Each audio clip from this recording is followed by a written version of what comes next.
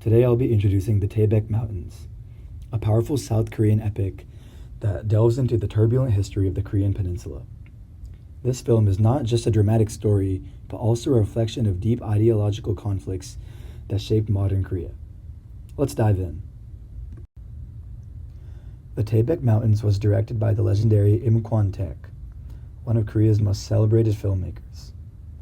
Known for his historical and humanistic storytelling, Im has directed over 100 films. This film was released on September 17, 1994, during a time when South Korea was revisiting its complex past with new perspectives.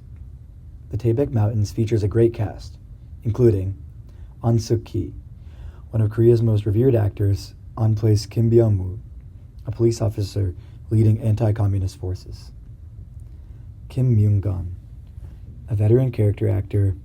Kim portrays Yeom Sang-jin, a conflicted intellectual caught between his ideals and survival. Kim Kap-soo, as Yeom Sang-gu, Kim delivers a gripping performance as a guerrilla fighter and ideological counterpart to An Sung-ki's character. Their dynamic drives the film's central conflict. Oh Jung-hae, playing So-hwa, Oh brings heartbreaking depth to a woman navigating love and loss amid the chaos of war. Choi Dong-jun, as Lieutenant Shim, Choi represents the military's role in the conflict, adding another layer to the film's portrayal of institutional power during wartime. The Taebaek Mountains is an epic tragedy during the Korean War and its aftermath, but its roots begin in the ideological fractures of post-colonial Korea. The story follows Kim Byung-moo, a police officer fiercely loyal to the anti-communist South Korean government, and Yeom Sang-gu, his childhood friend turned communist guerrilla leader. As the war erupts, their bond shatters, mirroring the division of Korea itself. Caught between them are Yeom Sang-jin, Sang-gu's brother, an intellectual torn between his family and his fear of persecution. So-hwa, a peasant woman whose love for Sang-gu forces her into the crossfire.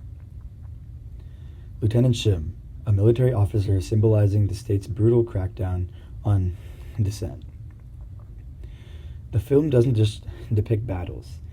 It exposes betrayals, massacres, and impossible choices as characters grapple with loyalty, survival, and the crushing weight of ideology.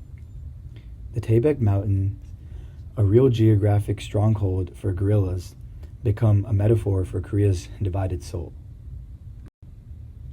To understand the Taebaek Mountains, we need to revisit 1945 to 1953, a period of unimaginable turmoil.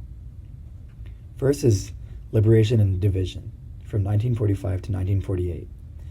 After Japan's surrender in World War II, Korea was divided at the 38th parallel. Soviet-backed communists in the north, US-supported conservatives in the south. In the south, leftist uprisings like the Jeju Uprising of 1948 were violently suppressed, pushing many rebels into the Taebaek Mountains.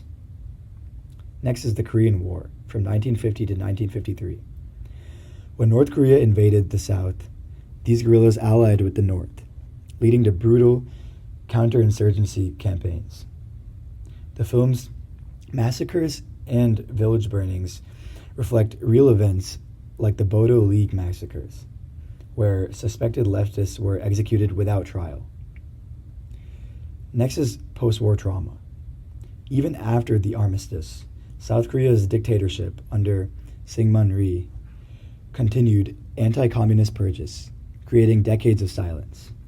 The novel and film broke taboos by humanizing both sides, a radical act in 1990s Korea where democracy allowed revisiting this painful past. The Taebaek Mountains isn't just history, it's a lens into Korea's unresolved wounds. The war split families, like the Yeom brothers, a trauma still felt in individual families today. The film's critique of ideological extremism resonates in modern Korea's political divides. It's based on Jo Jung-rae's 1986 novel, which sparked debates about national reconciliation, mirroring Germany's reckoning with its own past. For global audiences, the film is a stark reminder of how Cold War conflicts tore apart ordinary lives, a theme as relevant now as ever. Watching the Taebaek Mountains taught me so much about Korea's painful division and how war turns brother against brother.